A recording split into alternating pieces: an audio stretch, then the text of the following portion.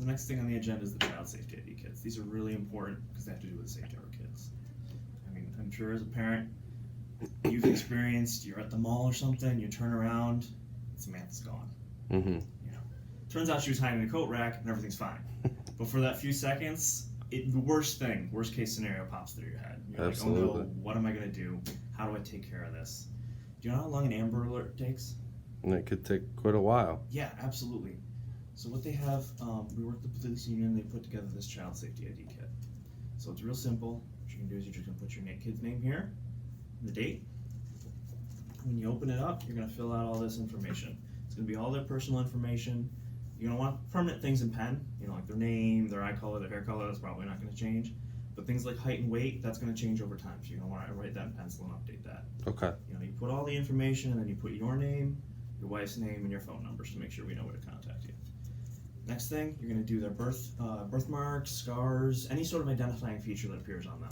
You're going to put that on these little people here, and you're also going to write that here. And then you're going to need to get a DNA sample. Hair follicle works perfectly. You can't get that out of a comb or something, so you're going to have to pluck that straight from the source. Okay.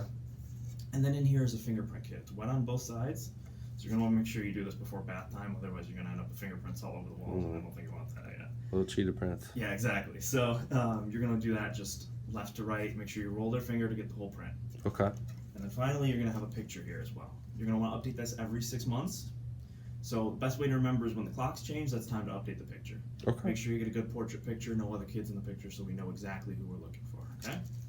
And on the back here, this is probably the most important part because this is where you're going to teach them about stranger danger. So we recommend that you don't have their name visible on any clothes or backpacks. That way someone can't use it against you and come up and be like, oh, hey, Samantha, like they know who they are. Mm-hmm.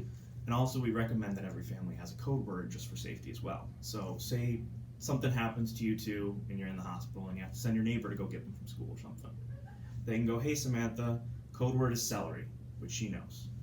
That way Samantha knows that it's time, that it's safe to go with her. Okay, Makes yeah, sense? that makes a lot of sense. Perfect. Last paragraph. Oh, shit. When we sat down with the International Union. Oh, God, okay, yeah. Sorry about that. So when we sat down with the International Union of Police, Yeah. we promised them that we would get these out to 100% of the community. I'm the only agent in the area. It's pretty hard for me to get it out to everybody. Mm-hmm. So what we allow to happen is we will extend you the opportunity to hand these out to, or nominate other families with kids and get these, I'm just messing this up. It's alright, just get through it. We give your family the opportunity to hand these out to other kids in the area. So do you have any families in mind that you know have kids that you want to take care of?